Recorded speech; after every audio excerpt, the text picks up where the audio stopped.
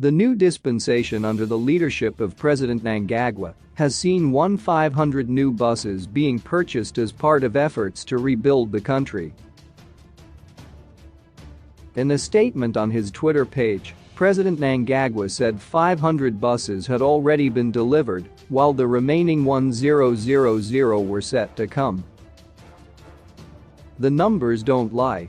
Since I became president, we have put 500 brand new ZUPCO buses on the road.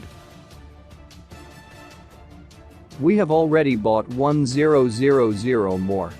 Don't let anyone tell you that Zimbabwe isn't rebuilding, he said. In a video, President Mnangagwa said, "The accelerated implementation of the devolution and decentralization agenda must see the management of ZUPCO deploying more buses to all parts of the country, informed by the mantra, leaving no one and no place behind." Last year, government banned pirate taxis and combis in order to pave way for a smooth transport system in the country.